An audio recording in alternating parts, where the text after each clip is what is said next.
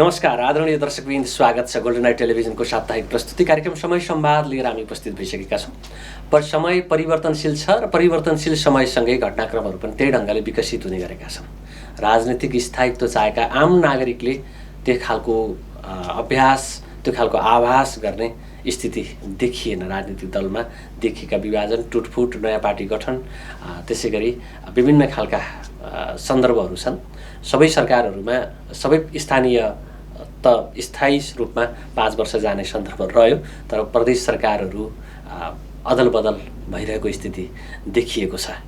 त्यस्तै राष्ट्रिय राजनीतिले नयाँ ढङ्गले कसरी अगाडि बढ्ला र कस्तो आकार लिएला भनेर अहिले नै ठ्याक्कै भन्ने स्थिति देखिँदैन। त्यसो त सबैजसो राजनीतिक दलहरू यति बेला आफ्नो शक्ति सञ्चय गर्नतर्फ अगाडि बढिरहेका छन्। सत्तारूढ दल नेपाली कङ्ग्रेस, प्रमुख प्रतिपक्षी दल नेकपा एमाले आफ्नो महाधिवेशनको सङ्घारमा अगाडि बढिरहेको सन्दर्भ छ। वडा र स्थानीय तह लेभलका अधिवेशनहरू सम्पन्न गर्दै अगाडि जाने दुईटै पार्टीहरूमा देखिएको छ र सकेसम्म कार्यकर्ताहरूलाई भोट गर्ने, आफ्नो पार्टीतर्फ तान्ने प्रयासहरू भइरहेका छन्। नेकपा एमाले पनि विभाजन भएर बनेको पार्टी नेकपा एकीकृत समाजवादी, उसले एमालेका कार्यकर्ता बढी तान्न चाहिरहेको र एमाले आफ्नो कार्यकर्ता रोक्न चाहिरहेको, राप्रपा लगायतका अन्य राजनीतिक दलहरूका पनि अधिवेशन यति बेला चलिरहेको सन्दर्भ छ। योभन्दा अझ पर अलिकति विकृति विसङ्गति राजनीतिक क्षेत्रमा बढी छ भनिरहँदाखेरि अहिले देशको सर्वोच्च न्यायालय, सर्वोच्च अदालतको नेतृत्वमाथि पनि प्रश्न खडा भएको छ। प्रधान न्यायाधीशका समकक्षीहरू उहाँहरूसँग सँगै इजलासमा बस्न इन्कार गरिरहेका छन्। मात्रै होइन, पूर्व प्रधान न्यायाधीशहरूले पनि प्रधान न्यायाधीशले राजीनामा दिनुपर्छ भनिरहेको अवस्था र नागरिक अगुवाहरूले पनि त्यसविरुद्ध आन्दोलन गर्ने खालको स्थिति र नेपाल बार एसोसिएसन, सर्वोच्च बार एसोसिएसन लगायतका न्यायिक क्षेत्रसँग सम्बन्धित सङ्घ संस्थाहरूले पनि नेपालको न्याय क्षेत्र, सर्वोच्च न्यायको नेतृत्व विरुद्धमा यति बेला उत्रिएको अवस्था छ। किन यसरी उत्रिनुपर्ने स्थिति आयो? राजनीतिक रूपमा विकृति विसङ्गति आयो, स्थायित्व भएन भनिएको थियो। कार्यपालिका, न्यायपालिका, व्यवस्थापिकाको सन्तुलनका सन्दर्भमा विभिन्न समयमा विभिन्न ढङ्गले प्रश्नहरू उठाइएका हुन्। यद्यपि अहिले जस्तो यसअगाडि थिएन र भोलि नहोस् भन्ने अपेक्षा गर्ने स्थितिमा किन आइपुग्यो भन्ने सन्दर्भमा आज हामी चर्चा गर्दैछौँ। प्रधान न्यायाधीशको राजीनामा किन आउनुपर्ने भन्ने सन्दर्भलाई नै हामी आज जोडकतारका साथ उठाउँदैछौँ। हामीसँग यति बेला स्टुडियोमा हुनुहुन्छ नेपाल बार एसोसिएसनका केन्द्रीय उपाध्यक्ष सुरेन्द्र थापा मगर। स्वागत छ। धन्यवाद। अब राजनीतिक रूपमा विकृति विसङ्गति बढी भयो, स्थायित्व भएन भन्ने कुरा त हामी बारम्बार भन्दै आइरहेको विषय हो। यहाँहरूले पनि भन्नुभयो, हामी पनि भन्यौँ, होइन? राजनीति सङ्लो हुनु पर्यो भन्ने कुरा थियो। यो न्यायालयकै सन्दर्भ अलिकति पेचिलो भएर आयो यसपालि। सर्वोच्च अदालतको प्रधान न्यायाधीश विरुद्ध जुन ढङ्गले प्रश्नहरू उठाइए, यहाँहरूले अहिले आन्दोलन गरिरहनु भएको छ। यो के भइरहेको छ भन्ने कुरा आम नागरिकले त्यति राम्रोसँग मसिनो गरी बुझ्न पाउनु भएको छैन। यो आफ्नो पाटोमा रह्यो, हामीले चाहिँ बुझाउने प्रयास गरौँ। होइन, पहिलो कुरा अब न्यायालय सबैभन्दा ठुलो कुरा भनेको मान्छे अन्यायमा पर्यो भने जाने अन्तिम ठाउँ भनेको न्यायालय, अन्तिम विकल्प होइन? लास्ट रिसोर्ट भन्छ, त्यहाँ बाहेक अर्को ठाउँ छैन। त्यहाँ पनि न्याय पाइएन भने मान्छे आत्महत्या गर्नु बाहेक अर्को विकल्प ठान्दैन। त्यसो हुनाले त्यो ठाउँ के हुनुपर्छ भन्दा स्वच्छ हुनुपर्ने भयो, विवाद रहित हुनुपर्छ, भ्रष्टाचारको न्यूनीकरण भएको ठाउँ हुनुपर्छ र त्यहाँ गइसकेपछि मैले ढुक्कले न्याय पाउँछु भन्ने कुरो आम नागरिकलाई अनुभूति हुनुपर्छ। तर हाम्रो न्यायालयमा के छ भन्दा विकृति विसङ्गति र भ्रष्टाचार मौलायो र यसको नेतृत्व गर्ने सर्वोच्च अदालतका प्रधान न्यायाधीश हुनुहुन्छ। न्यायालयको समग्र नेतृत्व गर्ने भनेको सर्वोच्च अदालत मात्र होइन, अन्य निकायको पनि नेतृत्व कसले गर्छ भन्दाखेरि सर्वोच्च अदालतका सम्माननीय प्रधान न्यायाधीशले गर्नुहुन्छ, होइन? त्यसो हुनाले न्यायको नेतृत्व समग्र न्यायको नेतृत्व उहाँले गर्ने भएको हुँदाखेरि उहाँ के हुनुपर्छ भन्दाखेरि उहाँकै नेतृत्वमा समग्र न्यायपालिका, त्योसँग सम्बन्धित अन्य निकायहरू पनि स्वच्छ हुनुपर्छ र त्यसले निर्भीक रूपमा न्याय प्रदान गर्नुपर्छ। तर हामी कहाँ यो अहिलेको प्रारूप मात्रै त होइन। अब 69 साल चैत 1 गते राजनीतिक दलले के गरे भन्दा खिलराज रेग्मीलाई सर्वोच्च अदालतको प्रधान न्यायाधीश नछुटाइकन त्यहाँ बहालै राखेर के गरे भन्दा चुनावी सरकारको प्रमुख बनाए हैन। त्योभन्दा अगाडि पनि त्यस्ता विकृति विसङ्गति भए। त्यो विकृति विसङ्गति गराउने मूल राजनीतिक दलका नेताहरू हुने हेर्नुहोस्। र अहिलेको यो जुन सन्दर्भ छ चोलेन्द्र शमशेर जबराले देखिएको सतै रूपमा गजेन्द्र हमालको कुरा छ हैन। तर त्योभन्दा पहिला उहाँले नेतृत्व सम्हालिसकेको 3 महिनासम्म राम्रो गर्नुभएको थियो, के गर्नुहुन्छ कि भन्ने आशा थियो। 3 महिना पछाडि उहाँले के गर्नुभयो भन्दाखेरि बेन्च तोक्दा बेन्च सपिङ भन्छ हैन, आफ्नो मान्छेलाई बेन्च तोकिदिने। अमुक मुद्दामा एउटै व्यक्ति एउटै न्यायाधीशमा के पर्यो भन्दाखेरि 10औं पटक एउटै न्यायाधीशकोमा के पर्यो त्यो त्यही मान्छेलाई मात्रै तोकिदिने। हामी कहाँ के छैन भन्दाखेरि प्रधान न्यायाधीशले कुन मुद्दा कसकोमा पठाउने भन्ने तजबिजी छ क्या।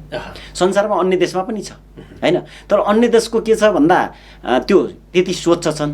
न्यायाधीश र भ्रष्टाचारको कुरा गर्ने भने मान्छेले कल्पना गर्न सक्दैन। न्यायाधीशले भ्रष्टाचार गर्छ, न्यायाधीशले घुस खान्छ र भन्छ क्या हैन, त्यो कल्पनै गर्न सकिँदैन। तर हामी कहाँ के भयो भन्दाखेरि तोकेरै न्यायाधीशले भ्रष्टाचार गरे, न्यायाधीशले घुस खाए भन्ने कुरा आइयो। त्यसो हुनाले उहाँको त्यो क्रियाकलाप के भयो भन्दा हामीलाई त पचेन, सहकर्मीलाई पनि पचेन। त्यो भुक्तभोगी त त्यहाँका सहकर्मी मान्य न्यायाधीशज्यूहरू हुनुहुन्छ नि सर्वोच्च अदालतका, उहाँहरूलाई कति पीडाबोध भएको रहेछ त्यो अहिले देखियो। त्यसो हुनाले अब उहाँको बहिर्गमनको कुरा चल्या हो।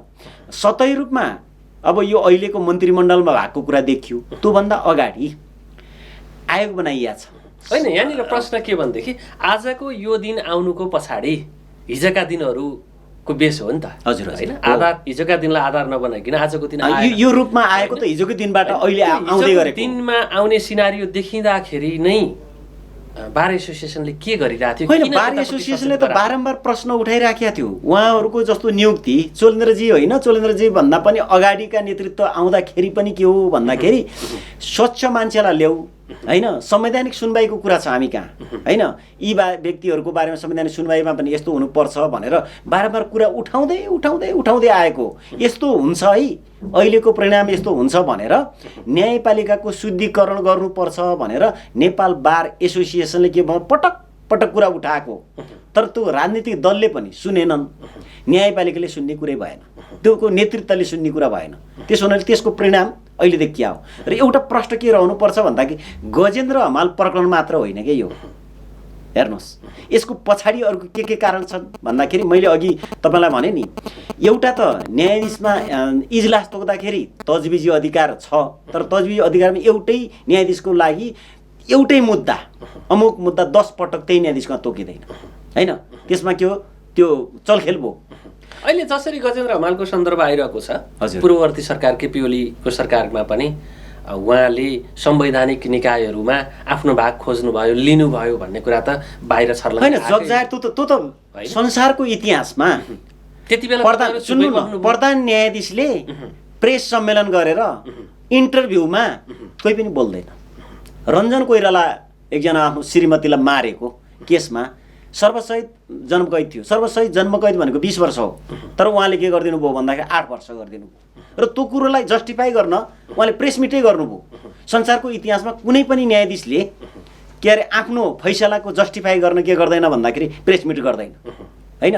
अस्ति भर्खर अर्को कुरो भन्नुभएको छ उहाँले एउटा इन्टरभ्यूमा, प्राइम टेलिभिजनमा होला, उहाँले के भन्नुभयो भन्दाखेरि यो संवैधानिक परिषद छ प्रधान न्यायाधीश सहितको, संवैधानिक परिषदमा म छाप लाउन मात्र जाने होइन, म त त्यहाँ त के गर्छु भन्दाखेरि के अरे न्यायपालिका, वकिल, कानुन व्यवसाय आफ्ना मान्छे लगायतकाको पनि त आफ्नो कुरा भन्छु भनेर भन्नुभयो। त्यसले के प्रश्न पार्छ भन्दा म भागमा सामेल छु, भाग खोज्छु हैन भन्ने कुरा प्रश्न छ। त्यसो हुनाले अब संवैधानिक परिषदमा भाग खोजेको कुरा, संवैधानिक परिषदमा र आयोगमा उहाँले भाग खोजेको प्रश्न देखियो र कुनै कतिपय मान्छेलाई आयोगको अध्यक्ष बनाउनु भएको छ, सदस्य बनाउनु भएको छ। त्यसो हुनाले न्यायपालिकामा बस्ने मान्छेले कार्यपालिकामा भाग खोज्यो भने अब त्यो कुनै अर्थै रहेदैन। शक्ति पृथकीकरण भन्छ हैन, चेक एन्ड ब्यालेन्स कुनै अर्थ नभइसकेपछि अराजकता हुन्छ, तानाशाहीपन सिर्जना हुन्छ क्या।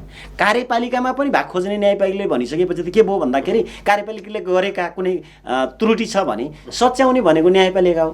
न्यायपालिकाकै मान्छे कार्यपालिकामा त पठाइदिनु भयो भने त्रुटि कसरी सचिन्छ? यति विकृत अवस्था आएछ कि कार्यपालिकाले पनि त्यहाँ भाग दिने ठाउँमा बार्गेनिङमा बस्ने ठाउँमा पुगेछ नि त होइन त्यसको आशय त्यही हो। राजनीतिक दलहरू पनि एकदमै के रहे भन्दा आफ्नो अनुकूल यो व्यक्तिलाई चलाउन सकिन्छ कि भने अब अहिलेको चोलेन्द्र शमशेर जबरा अनि सम्मानीय हुनुहुन्छ उहाँ के हो भन्दाखेरि सबै राजनीति छ सबैभन्दा नजिक होइन सबैभन्दा नजिक क्या सबै प्रतिपक्षसँग पनि नजिक सत्ता पक्षसँग पनि नजिक। अहिले शेरबहादुर देउबा र के अरे केपी शर्मा ओलीको समदूरीमा हुनुहुन्छ त्यो व्यक्ति कोही छ भने चोलेन्द्र शमशेर जबरा। किन भन्दाखेरि पुष्टि म गर्छु हामीले गर्छौँ तथ्यले गरेको छ कि अहिलेको सन्दर्भमा शेरबहादुर देउबा पनि बोल्नुहुन्न उहाँको बारेमा अनि केपी शर्मा ओली बचाउनु पर्छ भनेर बोल्नु भएको छ होइन। शेरबहादुर देउबाले नबोलेको पनि के हो भन्दाखेरि बचाउनु पर्छ भन्ने त्यहाँभन्दा अर्को होइन। त्यसको पछाडि कारण छ गल्ती गरिया छ भाग लाइया छ भाग मागिया छ। मैले विभिन्न सन्दर्भमा दलका नेताहरूसँग यो विषयमा जिज्ञासा राख्दा उहाँहरूको एउटा जवाफ के पाएको छु भनेदेखि हस्तक्षेप गर्नुहुन्न न्यायालयप्रति हामीले हस्तक्षेप गर्नुहुन्न त्यो त्यहीँबाट टुङ्गियोस् भन्ने हो हाम्रो चाहना भन्नुभएको छ व्यक्तिगत रूपमा पनि र कतिपय सन्दर्भमा सार्वजनिक सञ्चार माध्यमहरूमा पनि उहाँहरूले बोल्नु भएको छ होइन।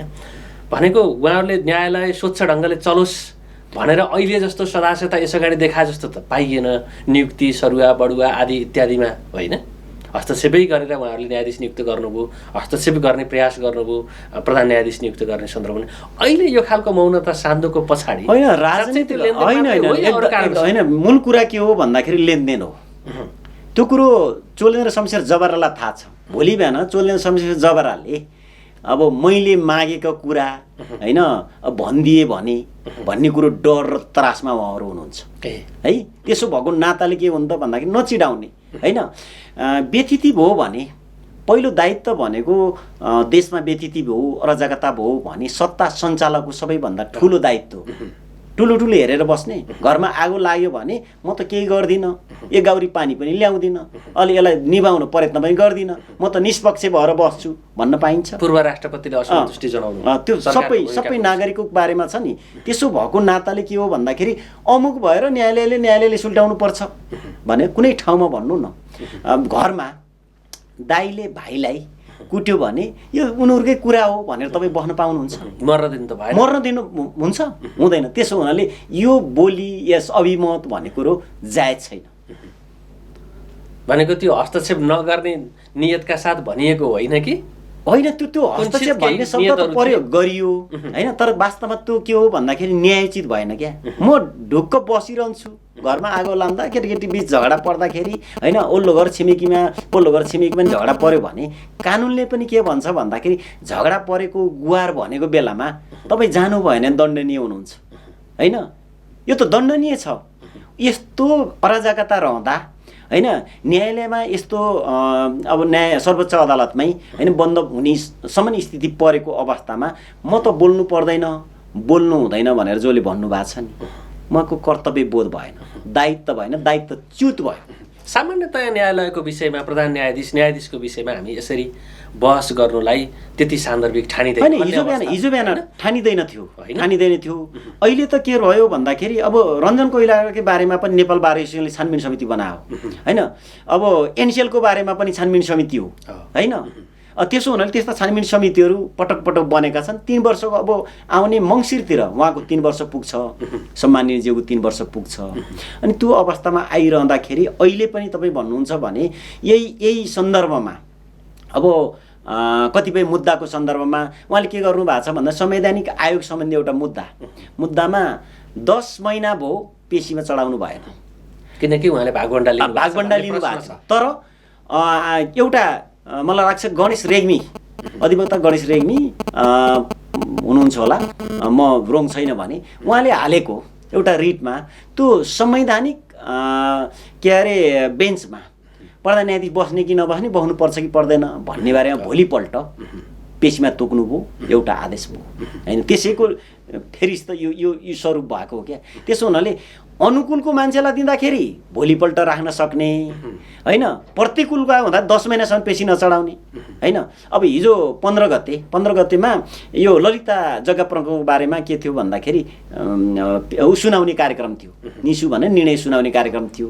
तर के भयो भन्दाखेरि अब त परिवेश यस्तो पर्यो, त्यही दिन सुनाउनु भएन। जुन दिन बहस भएको थियो त्यहाँ चोलेन्द्र शमशेर जबरा हुनुहुन्थ्यो होइन। चोलेन्द्र शमशेर जबरा सहितको इजलासमा बहस भइसकेपछि ललिता जग्गा प्रकरणमा उहाँले नसुनाएर अर्को तारिक तोक्नु भयो। दुईटा प्रधानमन्त्री जोडिनु भएको थियो। यसको पछाडिको कारण के हो भन्दाखेरि मसँग मैले सुनाउँदैछु ल है के गरिदिउँ होइन, मेरो भनेको चिज दिने नदिने अथवा के हो भनेपछि बार्गेनिङको के हो भन्दाखेरि वेटिङ गर्ने क्या।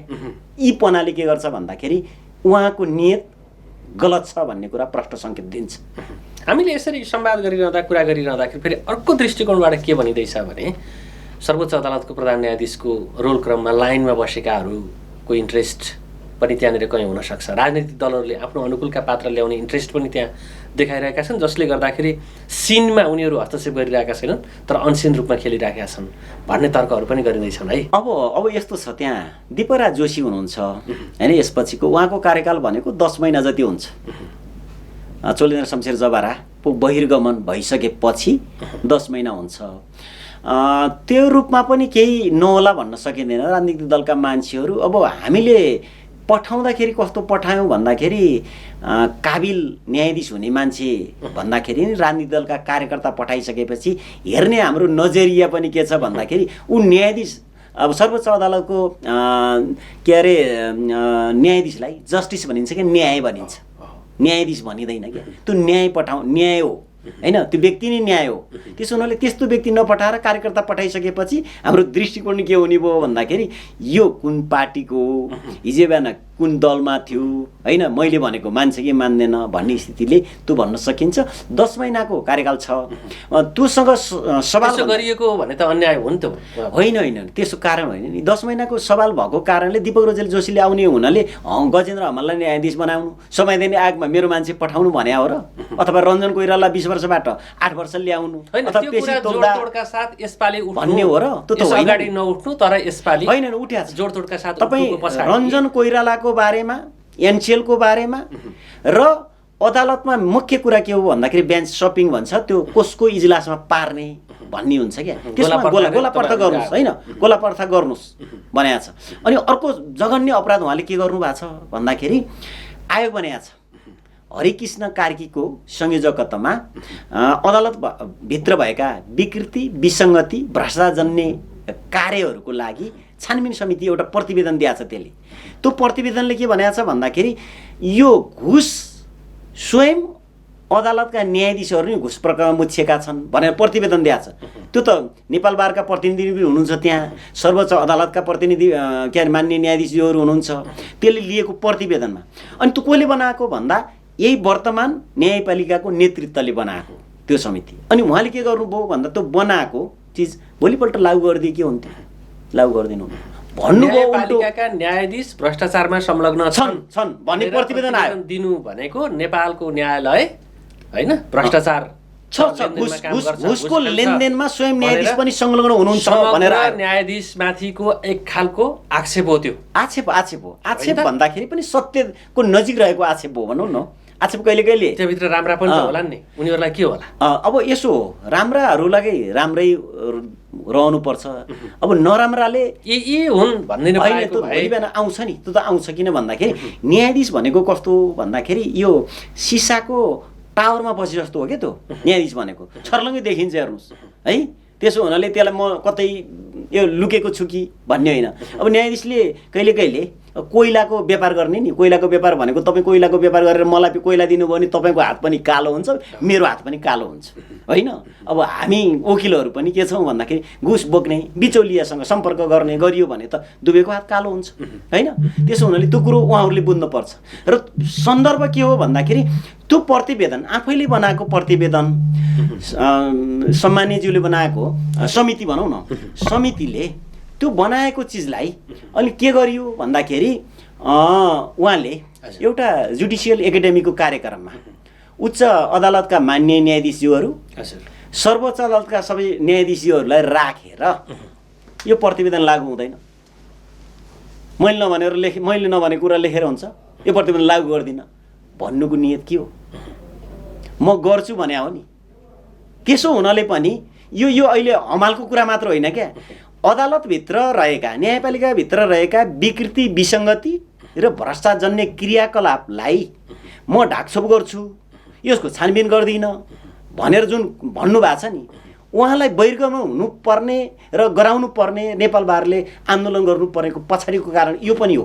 बिरालोलाई जति सिँगार पटार गरे पनि आवाज निकाल्दा त म्याउनै गर्ने। हजुर हजुर होइन त्यो खालको सन्दर्भ यहाँले कोट्याउनु। ठिक छ, अब न्यायालयप्रति आम नागरिकको भरोसा त्यति छैन, न्याय पाइहालिन्छ होइन भन्ने सन्दर्भमा न्यायालय सर्वोच्च न्यायालयमै हेऱ्यो भने नि अब उजुरीहरूको चाङको चाङ छ होइन।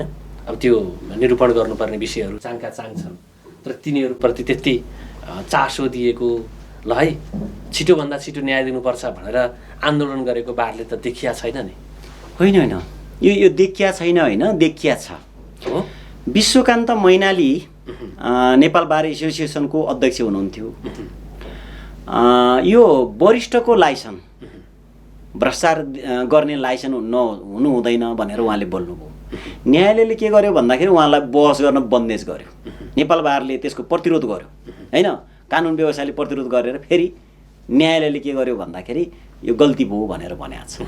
बारम्बार भ्रष्टाचारको सन्दर्भमा न्यायपालिकालाई शुद्धिकरण अभियानमा कानुन व्यवसायहरू पटक पटक भन्नुभएको छ होइन। यो आम नागरिकमा के परेको छ भने न्यायालयको लफडामा पर्नु भनेको जिन्दगी बर्बाद गर्नु हो भन्ने जस्तो भएको छ क्या। तर बोल्नुपर्छ, स्वास्थ्य आलोचना गर्नुपर्छ है।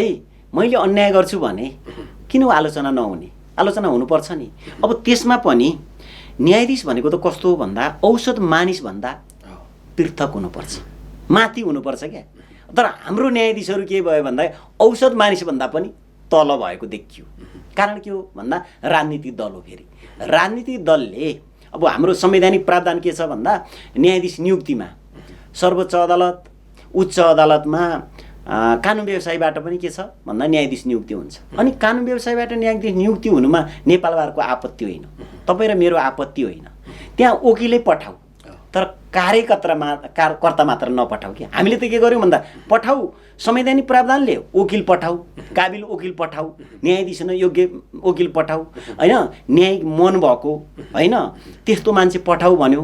तर हामीले पठाउँदा के गरौँ, झोला बोक्ने पार्टीको झोला बोक्ने मान्छेलाई पठाइसकेपछि के भयो भन्दा यो विकृति भयो। न्यायप्रति प्रतिबद्ध हुनुपर्ने ठाउँमा नेताप्रति प्रतिबद्ध भयो होइन। समस्या एकदमै समस्या त्यही हो होइन। यो खालको समस्याबाट निरूपण भएर अगाडि बढेको न्यायलाई देख्ने भोग्ने हाम्रो अपेक्षा होइन। अब कस्तो रह्यो भन्दा तपाईँ हामीले अलिअलि थोरै भोग्यौँ, मैले त धेरै नै भोगेँ। पञ्चायतकाल तपाईँले कति भोग्नुभयो? पञ्चायतीकालमा लोकतन्त्र थिएन होइन, तानाशाहीपन थियो, तर न्यायालय स्वतन्त्र थियो र आस्था थियो, भरोसा थियो क्या। अहिले त दिन दिन ह्रास हुँदै गयो क्या न्यायालयप्रतिको। त्यसमा पनि अब डिस्ट्रिक्ट कोर्टका जजेसहरू छन् नि, न्यायाधीशहरू छन् नि, अहिले जुडिसियरी धानेको भनेको डिस्ट्रिक्ट कोर्टका जजेसहरूले धानेको छ, त्यो स्थिति छ। र हामीले के गर्यौँ भन्दा अब सर्वोच्च अदालतमा न्यायाधीश नियुक्ति गर्दा प्रधान न्यायाधीश नियुक्ति गर्छौँ, न्यायाधीश नियुक्ति गर्दैनौँ क्या होइन। यो मेरो पार्टीको यो मान्छे कति सालसम्म प्रधान न्यायाधीश हुन्छ, यहाँबाट इन्ट्री गरिदिएपछि उमेर कति हुन्छ, यसरी नियुक्ति गर्छौँ। स्थिति यो छ भनेको राजनीतिले गिजोली दियो, एकदमै न्यायालयलाई राजनीतिक गिजोली दियो होइन। हस्तक्षेप त त्यो उहाँहरूले चेक एन्ड ब्यालेन्स हुने स्थितिमा अहिले भन्ने मुखले हामी हस्तक्षेप गर्न हुँदैन भन्ने, अहिले आगो लाग्दा घर डढ्दा हिजो बिहान के गर्ने भन्दाखेरि हाम्रा मान्छे त्यहाँ कसरी पठाउनु पर्छ जोसिरहने क्या। यसमा फेरि सबै दल मात्रामा फरक छ, नेताहरूको मात्रामा, उनको गल्ती गर्ने मात्रामा, तर सबै इन्भल्भ छन्, चोखो छैन राजनीतिक दलका नेताहरू। अब निकास के हुने? 17 जना न्यायाधीशहरू त उहाँसँग संयुक्त इजलास बस्न अस्वीकार गर्नुभएको छ हजुर होइन। हजुर अब बन्दी प्रत्यक्षीकरण बाहेकका सन्दर्भमा होइन हजुर, पूर्व प्रधान न्यायाधीशहरूले त छोडिदिइहाल्नुहोस् भनेको स्थिति छ। तपाईँहरूले पनि आन्दोलन नछोडेसम्म हामी छोड्दैनौँ भन्नुभएको छ होइन। प्रधान न्यायाधीश के भनिरहनु भएको छ भने मलाई अलिकति निकाल्न त निकाल्नु, सम्मानजनक ढङ्गले वैशाखतिर निकाल्नु होला भन्नुभएको छ अब यो आधिकारिक त मैले यसलाई पुष्टि गर्ने म आफैले पनि यसो अध्ययन गरेँ, मेटेरियल हो त्यस्तो देख्दिनँ होइन। ग्रेसफुल एक्जिट भन्छ नि होइन, सम्मानजनक निकास होइन, त्यो मैले देखेको छैन। अब सर्वोच्च अदालतले पनि त्यसको पुष्टि गरेन, खण्डन गरेको छ। मैले सम्मानीज्यूले त्यो भनेको होइन है भनेर भनेको छ। तर अब एउटा शब्दावली उहाँले प्रयोग गर्नुभएको छ सम्मानीयज्यूले, सडकबाट माग्दैमा एउटा निश्चित विधि प्रक्रियाबाट म आएको हो, म दिँदैन भन्नुभएको छ। गलत गरेको त्यसरी नै जान्छु, गलत गरेको भने अब त्यहाँ संविधानमा के छ भन्दा प्रधान न्यायाधीशहरू हट्ने प्रावधानहरू छ कि होइन। एउटा मृत्यु भएमा होइन, त्यो आफै जानी भयो, अर्को राजीनामा दिएमा, अर्को महाअभियोग लगाएमा, त्यो राजीनामा पनि के हो भन्दाखेरि संवैधानिकै हो फेरि है, त्यो संवैधानिक हो, असंवैधानिक होइन क्या। त्यसो हुनाले अब एउटा व्यक्तिको कारणले न्यायालयमा यस्तो अराजकता, विकृति, विसङ्गति हुन्छ भने त्यसको बारेमा उहाँले सुझबुझका साथ छोडिदिनुपर्छ होइन। हामी कहाँ के हो भन्दाखेरि अब गजेन्द्रजीले छोड्नुभयो नि, होइन, कुरा चलिसकेपछि छोड्नुभयो त होइन, नैतिकता त देखाउनु भयो नि। त्यति नैतिकता त न्यायालयमा बस्ने, न्यायालयको नेतृत्व गर्ने व्यक्तिले देखाउनु पर्ने भयो। किन छोड्नु पर्यो भन्दा सँगसँगै काम गरेका मान्य न्यायाधीशहरूले उहाँको नेतृत्वमा हामी काम गर्दैनौँ भनेर भन्नुभएको छ। समग्र कानुन व्यवसायको करिब 18,000 कानुन व्यवसायको छाता सङ्गठन नेपाल बार एसोसिएसनले तपाईँ के अरे सम्मानजनक रूपमा छोडिदिनुहोस्, यो विकृति विसङ्गतिलाई तपाईँले ढाकछोप गरिरहनु भयो, तपाईँको नेतृत्वले न्यायालय शुद्धिकरण भएन भनेको छ। आम नागरिकले नि के भनेका छन् भन्दाखेरि रञ्जन कोइराला लगाएका मान्छेलाई तिमीले के उन्मुक्ति दियौ, तिमीले दिएको यो उन्मुक्ति अन्यायपूर्ण भयो भनेका छन्। भने यो अवस्थामा उहाँले आफ्नो बचेखुचेको इज्जत जोगाउनको लागि पनि के गर्नुपर्छ भन्दाखेरि राजीनामा दिनुपर्छ। राजनीतिक दलको नेतृत्व ठ्याक्कै नबोले पनि यता कता त्यहाँका आवाजहरू आउन थालेका छन् होइन। अस्ति मात्रै नेकपा एकीकृत समाजवादीको अध्यक्ष पोखरा आउँदाखेरि उहाँले भन्नुभयो त्यसो हो भने निकास दिनका लागि सल्लाह गरेर जानुपर्छ भन्नुभयो। पुष्पकमल दाहाल प्रचण्ड माओवादी केन्द्रको अध्यक्षले पनि अब त्यसो हो भने निकास दिने गरी चाउला भन्ने सन्दर्भ सोही पार्टीको नेता चाहिँ उहाँ पार्टीको तर्फबाट बोल्ने देव गुरुङले पनि भन्नुभएको छ। अब प्रधानमन्त्रीज्यू फर्केपछि भन्नुभएको छ। कङ्ग्रेसभित्र त युवाहरूले हस्ताक्षरै गरेको सन्दर्भ आयो होइन, भनेको त्यहाँभित्र पनि अब चल्दैछ केही भन्ने देखिन्छ।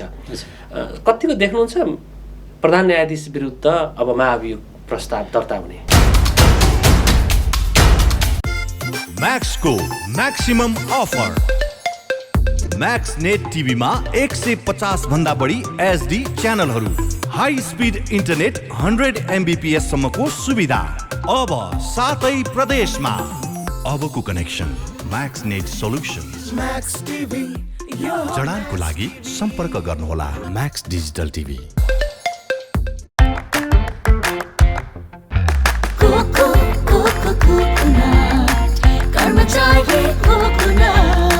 स्वादिलो छ, मिठो छ, सबैभन्दा टेस्टी छ। Karmachari coco, the most delicious coconut biscuits.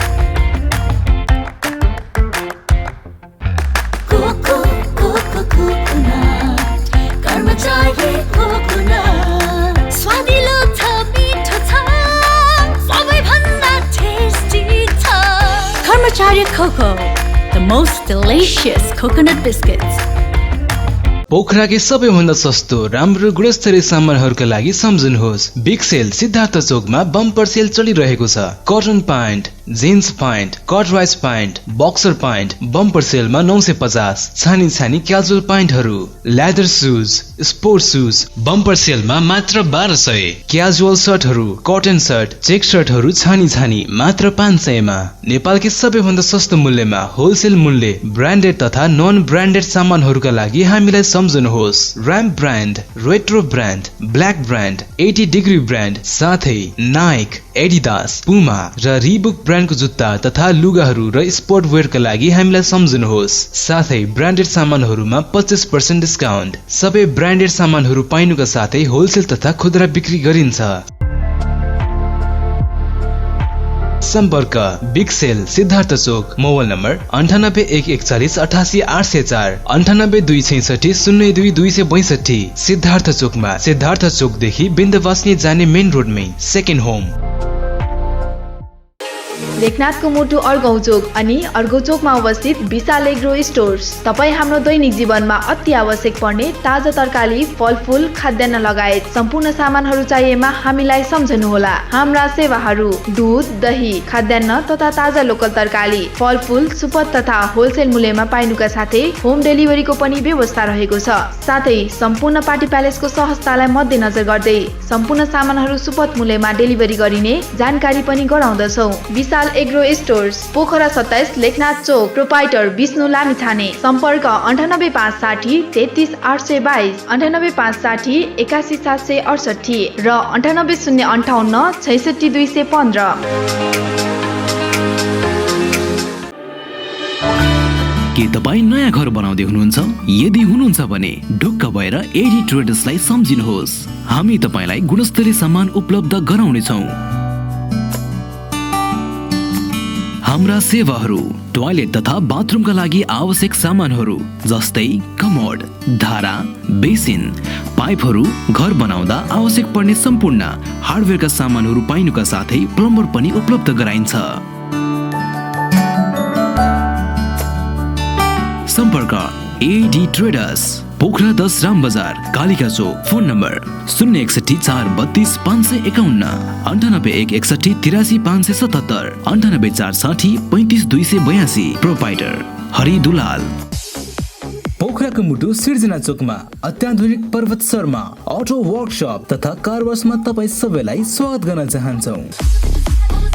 हाम्रा सेवाहरू टायर रिपेयरिङ नयाँ तथा पुरानो उपलब्ध छ। बाइक तथा स्कुटर सर्भिसिङ, कार वासका साथै रभिङ र पोलिसिङ पनि गरिन्छ। अनुभवी मिस्त्रीद्वारा सर्भिसिङ तथा सफाई गरिन्छ। मोबिल तथा पार्ट्सहरू सुपथ मूल्यमा पाइन्छ। सम्पर्क ठेगाना पर्वत शर्मा अटो वर्कशप तथा कार वास, सिर्जना चोक, पोखरा।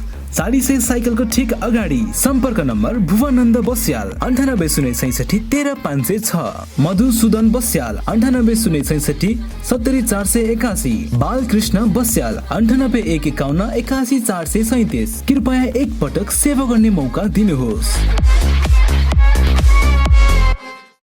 आजको लगानी भविष्यको सुनिश्चितता, सुन्दर अनि आकर्षक व्यक्तित्व देखिनका लागि रेखा सुन चाँदी पसल। हाम्रा सेवाहरू रानीहार, मिनिहार, सिख्री, चोकर, छड्के तिलहरी, कण्ठगेडी, नौगेडी, कटारे गेडी, फुलगेडी, चन्द्रहार, हमले माला, बीज बन्दा, सिरफुल, चन्द्रमा क्लिप, औँठी, कर्की बिया, औँठी बेरुवा, औँठी छापा, कुसे औँठी, पाउजु, बिच्छी कङ्गन, चुरा, बाला, हात्ती पुच्छर बाला, ठुला साना पञ्चरत्न, तिलहरी, जन्तर, पेङ्लिङ, साथै तयारी सुनका आकर्षक गहनाहरू, चाँदीका गर गहना तथा सामानहरू अर्डर अनुसारको गर गहना, राशि अनुसारको बहुमूल्य रत्न पत्थरहरू चाहिएमा हामीलाई सम्झनुहोस्। रेखा सुन चाँदी पसल, Bagar 1, Pokhara. Phone number 061 536 452, 98 041 35 504। Proprietor Amrit Gahatraj. पोखराको मुटु चिप्लेढुङ्गामा अवस्थित Himalayan garden market Chipledhunga, Nepali Congress Party कार्यालय सँगै हाम्रा सुविधाहरू निशुल्क पार्किङको व्यवस्था, बाल उद्यानको सुविधा, बाबु नानीहरू खेल्नका लागि फराकिलो र सुरक्षित स्थान, झरना, प्राकृतिक मनोरम दृश्यको अवलोकनको लागि विशेष सुविधा, सस्तो र सुलभ मूल्यमा गुणस्तरीय वस्तुहरूको उपलब्धता, खाजा र मनोरञ्जनको लागि शान्त, सफा र सुरक्षित स्थानको उपलब्धता, व्यवसाय साथै सभ्य र उत्कृष्ट व्यवहारको पहिचान। हिमालयन गार्डन मार्केट उत्कृष्ट स्थान। सीमित सटरहरू मात्र बाँकी रहेकाले इच्छुकहरूले तुरन्तै सम्पर्क गर्नुहोला। सम्पर्क Himalayan garden market, Chipledhunga 4, Pokhara, Kaski. Mobile number 98 460 32 154। कतिको देख्नुहुन्छ प्रधान न्यायाधीश विरुद्ध अब महाभियोग प्रस्ताव दर्ता हुने? होइन, अब मलाई लाग्छ त्यो रूपमा जानै पर्दैन। अब 1-2 दिनमा हजुर राजीनामा आउँछ। म त्यसमा विश्वस्त छु, एकदमै विश्वस्त छु। किन भन्दा अब न्यायालयको नेतृत्वले मैले गर्न नसकेको कुरा प्रष्ट भइसकेपछि न्यायालयको यदि उहाँले लामो समय बिताउनु भयो होला 40 अथवा 30-40 वर्ष त बिताउनु भयो यही जुडिसियरीमा होइन। भोलि बिहान सम्मानित सर्वोच्च अदालतको सम्मानित पदमा पुगेको व्यक्तिको इतिहास लेख्दाखेरि अटेर गरेको कारणले न्यायालय भत्ताभुङ्ग भयो, लथालिङ्ग भयो भन्ने कुरो फेरि उहाँले किन गर्नुहुन्छ? मलाई लाग्छ एकदम चलाक हुनुहुन्छ, सुझबुझ साथ उहाँले त्यो गर्नुहुन्छ भन्ने मैले विश्वास लिएको छु। मलाई अर्को सम्भावना तपाईँले भनेको ठ्याक्कै तथ्य नभेटिएको तर प्रधान न्यायाधीशले यो प्रस्ताव लानुभयो आफ्नो नजिकका होइन न्यायाधीशहरू मार्फत भनिएको प्रस्ताव सम्मानजनक बहिर्गमन। यस्तो छ, सुन्नु न, अब यस्तो अवस्थामा के हो भन्दाखेरि न्याय भनेको दिएर मात्र होइन, दिएको देखिनुपर्छ, अनुभूति हुनुपर्छ भन्छ क्या। त्यो पनि समयमा त्यो त्यसमा समयमा दिनुपर्छ। अब म प्रति विश्वास छैन भने मैले तपाईँलाई न्याय नै दिए पनि विश्वास त हुँदैन क्या। त्यो स्थितिमा चुट्टाकुरामा बसेको व्यक्तिले अब दिएको न्याय के हुन्छ? अब राम्रो गर्छु भनेर पनि हुँदैन, गर्नु भएन। हिजो बिहानसम्म हुँदासम्म गर्नु भएन, विकृति र विसङ्गति उहाँले पनि भित्राउनु भयो, ढाकछोप गर्नुभयो। त्यसो हुनाले अब गर्छु भनेर पताउने पनि छैन, गर्दा पनि गर्नुहुन्न। उहाँको कार्यकाल धेरै पनि छैन अब होइन, तर त्यसलाई के गर्नु पर्थ्यो भन्दाखेरि उहाँले सोच्नु पर्थ्यो, बुझ्नु पर्थ्यो होइन। संसारको इतिहासमा कसैले पनि भागभण्डा प्रधान न्यायाधीशले भागभण्डा खोज्दैन क्या। उहाँले त खुल्ला के गर्नुभयो भन्दाखेरि म त्यो संवैधानिक आयोगमा त्यसै जाने हो र म छाप लाउनु मात्रै जाने हो भनिसकेपछि मलाई भाग खोज चाहिँदैन भने हो। यहाँनिर अलिकति प्रतिष्ठाको सन्दर्भ पनि उठ्छ कि जस्तो यो सरकारलाई प्रमादेशको आधारमा आएको सरकार भनेर प्रमुख विपक्षी दलले भनेको छ होइन। हजुर, सो पार्टीका अध्यक्ष केपी शर्मा ओलीले त अस्ति एउटा भाषणमै भन्नुभयो प्रधान न्यायाधीश मात्रै किन, त्यो आदेश दिने 5 जना जानुपर्छ भनिदिनु भयो। भनेको अब प्रधान न्यायाधीशले छोड्दा त्यो गल्ती गरेका कारणले अथवा परमादेश दिएका कारणले छोडेको अर्थ लाग्ने होइन, नदिँदा फेरि यतापट्टिको सन्दर्भ हुने हो भने त फेरि प्रतिष्ठाको यस्तो छ के छ भन्दाखेरि अब यो 2 चोटि संसद विघटन भयो, 2 चोटि पुनर्स्थापना भएको छ। अब त्यसमा प्रधान न्यायाधीश पनि हुनुहुन्छ, तर यद्यपि फैसला लेख्ने प्रधान न्यायाधीश होइन, उहाँले सही मात्र गर्ने हो, उहाँ सही गर्नु भएको छ। उहाँको विमति हुन्थ्यो भने नोट अफ डिसेन्ट लेख्न सक्नु। त्यो इजलास गठनकै सन्दर्भमा पनि धेरै चर्चा चल्यो, उहाँले गर्नु भएको होइन, सुरुमा त्यसरी पनि आएको। त्यसो भएको नाताले अब यो विषयान्तर गर्नको निम्ति 5 जना न्यायाधीशलाई मुछिया छ। ल चोलेन्द्र शमशेर जबरा पछिका अरू 4 जना न्यायाधीशले कहाँ भाग माग्नुभयो त नि? ल देखाउनु पर्यो नि, राजनीतिक दलका नेताले के गर्नु पर्यो भन्दाखेरि यसमा होइन संवैधानिक आयोगमा भाग माग्नुभयो होइन, अथवा यो मुद्दामा के गर्नुभयो भन्दाखेरि यसो गर्नुभयो भनेर देखाउनु पर्छ। एउटै बास्केटमा राख्न मिल्दैन। हेर्नुहोस्, त्यो त के भयो भन्दाखेरि त्यही परमादेशको यो इगो सान्ने काम मात्र हुन्छ क्या। सत्यलाई सत्य, गलतलाई गल्ती गरेका कारणले भन्ने हुन्छ। त्यसलाई विषयान्तर गर्न खोजिया छ होइन, विषयान्तर गर्न हुँदैन होइन। अब हाम्रो एउटा के भनाइ छ भन्दाखेरि जुन औँलामा विष लाग्यो त्यही औँला झर्छ भन्छ क्या होइन। 5वटै औँला झार्ने काम यो के हो भन्दा पूर्वाग्रह हो है। त्यो त्यसरी हेर्नुपर्छ होइन। यसले पनि थेकिन्छ कि केही समय मैले होइन, अब थेकिने होइन, राजीनामा देऊ भन्यो भने 5 जना आउनुपर्छ त्यो होइन, त्यसको थेकिने कारण छैन क्या। मैले भनिहालेँ नि, पुरातनदेखि चलिआएको एउटा कहावत पनि के भयो भन्दाखेरि जुन औँलामा विष लाग्छ त्यो औँला झर्छ भनेको छ। अहिले पनि जुन औँला विष लाग्छ त्यो औँला झर्छ। सबै औँला के हो भन्दाखेरि औँला बिन बनाउने भनेको होइन। ती अन्य 4 जना न्यायाधीशहरू सर्वोच्च अदालतमा अहिले 5-7 जना न्यायाधीशहरू हुनुहुन्छ होइन, जुरिस्प्रुडेन्स निर्माण गर्ने होइन। ती मध्येकै त्यहीँभित्र पनि हुनुहुन्छ होइन। ती न्यायाधीशलाई फाल दिइसकेपछि फेरि के छ भन्दाखेरि अब केही पनि नहोस् भन्ने स्थिति गर्न हुँदैन। त्यसो हुनाले यो तर्कसँग त सहमतै कोही पनि मलाई लाग्छ कुरा उठाउन सकियो होइन, तर कारण हुनुपर्छ। केही भ्रम पनि पार्न सकियो, केही भ्रम पार्न सकियो होइन। त्यसको पछाडि कारण हुनु पर्यो नि। कारण भनेको परमादेश होइन, अनि संसद के अरे पुनर्स्थापना होइन। त्यो संवैधानिक अनुकूल थियो भनेर फैसला भइसकेको छ होइन। हिजो बिहान त्यसो हो भने ल यो अहिले हमाल प्रकरण नचल्दाखेरि किन कुरा नउठाएको होइन। अब चोलेन्द्र शमशेरकै कुरा मात्रै हुँदाखेरि फेरि 5 जना किन जोडेको होइन, एकैचोटि ल्याउन सकिन्थ्यो होइन। त्यसो हुनाले यसको कुनै तुक छैन, तर्कको कुनै ग्राउन्ड छैन। अलिकति त्यो संसद विघटन र पुनर्स्थापनाको सन्दर्भलाई जोडौँ, एक किसिमले नेपालको न्यायालय, सर्वोच्च न्यायालयले वाइ पायो होइन। दुई पटक संसद विघटन हुँदाखेरि पुनर्स्थापित गरिदियो होइन। एक किसिमले हाइट पनि न्यायालयको बढ्यो, ल है सेटिङका विभिन्न कुराहरू गरिरहँदाखेरि शङ्का गरिरहँदाखेरि होइन भन्ने खालको एउटा सन्देश पनि दियो कि भन्ने थियो होइन। यो पछिल्लो ठ्याक्कै फेरि त्यो खालको प्रधान न्यायाधीश प्रतिको जुन खालको मुद्दा यसरी आयो नि, यसले के सङ्केत गर्छ?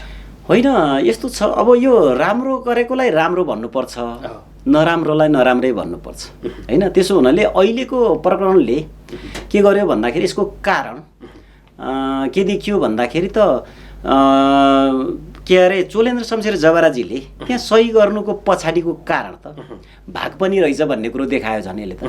के हो भन्दाखेरि शङ्का गर्यो क्या, न्यायिक मन होइन भाग खोजिया रहेछ भन्ने कुरो देखियो। त्यसो हुनाले यसको हाइट अब सर्वोच्च अदालतको न्यायालयको हाइट बढाउने हो भने शुद्धिकरणको अभियानमा त जानै पर्छ।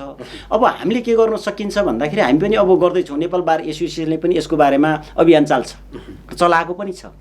एउटा उच्च स्तरीय आयोग बनाउने होइन। अब त्यसमा सेवा प्रदायक संस्था, सेवाग्राही नागरिकहरू, नेपाल बार एसोसिएसन, सर्वोच्च अदालत लगायतका सबै राखेर अब छानबिन गर्नुपर्छ, शुद्धिकरण गर्नुपर्ने भयो। न्यायालयको शुद्धिकरण नगरिकन हुँदैन है। अगाडि यहाँले भन्नुभयो नि होइन, त्यो बेन्च तोक्ने सन्दर्भदेखि लिएर अब प्रधान न्यायाधीशका जिल्लामा कमी कमजोरी हुँदाहुँदै यहाँसम्म आएको स्थिति थियो। गजेन्द्र हमाल प्रकरण नआएको भए प्रधान न्यायाधीशमाथि यो खालको प्रश्न यो ढङ्गले होइन। हामी त के थियौँ भन्दाखेरि गजेन्द्र हमाल नआउँदाखेरि पनि प्रधान न्यायाधीशले के गर्नु भएन भन्दाखेरि आफ्नो कार्य सम्पन्न गर्न सक्नु भएन। अब तपाईँलाई म सम्झना दिलाउन चाहन्छु, प्रत्येक वर्ष वरिष्ठ नआएको भए पनि नेपाल बारले त कुरा उठाएकै थियो। रञ्जन कोइरालाको बारेमा कुरा उठाइराखेको थियो होइन, एनसिएलको बारेमा कुरा उठाइराखेको थियो, बेन्च तोक्ने बारेमा कुरा उठाइराखेको थियो। यो हमाल प्रकरण मात्र होइन क्या, मान्छेलाई हमाल प्रकरण मात्र अहिले सतैमा आएर त्यो कुरा वात्य आयो, तर यो कुरा उठाएको छ होइन। नेपाल बारले के गरेको छ भन्दाखेरि समग्र कानुन व्यवसायीहरूले यो बारेमा अदालत शुद्धिकरण हुनुपर्छ है, विकृति विसङ्गति भयो र नियुक्ति गर्नेदेखि लिएर क्या मेन रोल त प्रधान न्यायाधीशको हुन्छ नियुक्ति प्रकरणमा होइन। नियुक्तिदेखि लिएर बेन्च तोक्ने लिएर अनि अन्य फैसलाहरूलाई लिएर बारम्बार प्रश्न उठाएको थियो र यसको बारेमा हामी डेलिगेसन पनि गएको थियौँ, भनेका थियौँ होइन। अब यो अटोमेसन भन्छ नि, यो तयार गरेर गोला प्रथा यसरी ल्याउनुपर्छ भनिएको थियो, तर अहिले के गरियो भन्दाखेरि त्यसलाई नगर्नेतिर जानु भनेको गल्ती छ, म गर्दिनँ, डाकछोप गर्नेतिर जानु। त्यसो हुनाले अहिलेको परिणाममा यो मलाई लाग्छ हमाल प्रकरण नभए पनि यो रूपमा त हुन्थ्यो हुँदैन पुरा थाहा छैन, तर हामी के गर्थ्यौँ भन्दाखेरि आफ्नो आन्दोलन उठाउँथ्यौँ। तपाईँ र म संवाद गरिरहँदाखेरि आम सर्वसाधारणले सर्वोच्च अदालतमा चाङ लागेर बसेका मुद्दा जुन चाहिँ सुनवाई हुन सकिराखेका छैनन् वर्षौँदेखि होइन, ती चाङ छिटो छिटो हटोस् होइन, आफूले पाउनुपर्ने न्याय छिटो पाइयोस्, निरूपण होस् भन्ने चाहना छ उहाँहरूको होइन। त्यहाँ प्रधान न्यायाधीश विरुद्ध या कसरी तोक्नुभयो भन्नेमा भन्दा पनि उहाँहरूलाई आफ्नो मुद्दा छिटो टुङ्गो लागिदियोस्, दुःख पाइराख्ने स्थिति नहोस् यस्तो छ भन्ने हुनसक्छ। यी सबै कुराहरू अहिलेको यो विकृत अवस्थाबाट अन्त्य हुँदै त्यो चाङ घटाउनेतर्फ जानका होइन, त्यो एकदमै होइन। यो अहिले गर्यो भनेदेखि हुन्छ। अब पहिलो कुरा के गर्नुपर्छ भन्दा सर्वोच्च अदालतमा 20 जना न्यायाधीशको दरबन्दी हुन्छ होइन, हामी कहाँ त छैन। त्यसो हुनाले न्यायाधीश अनुसारको दरबन्दी तोक्नु पर्ने भयो एउटा, बरु बढाउनु पर्ने हो भने पनि बढाउँ, यो चाङ नराख्ने। दोस्रो कुरा हामी कहाँ अल्झियौँ भन्दा यही संवैधानिक इस्युमा बढी अल्झियौँ है।